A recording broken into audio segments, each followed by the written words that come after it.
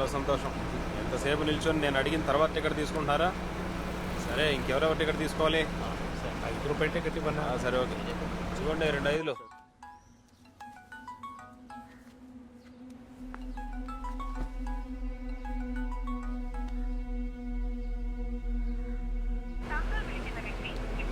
Ticket తీసుకోండి, ticket. అన్నయ్య ఇక బ్యాలెన్స్ ఉంది. ఇస్తా ఆగమ్మా. సరే.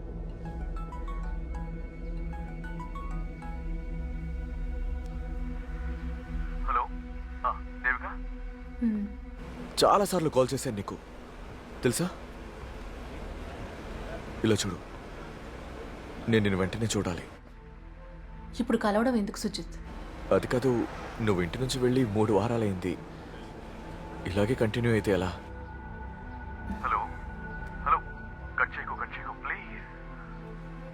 దేవిక, ఇలా చూడు,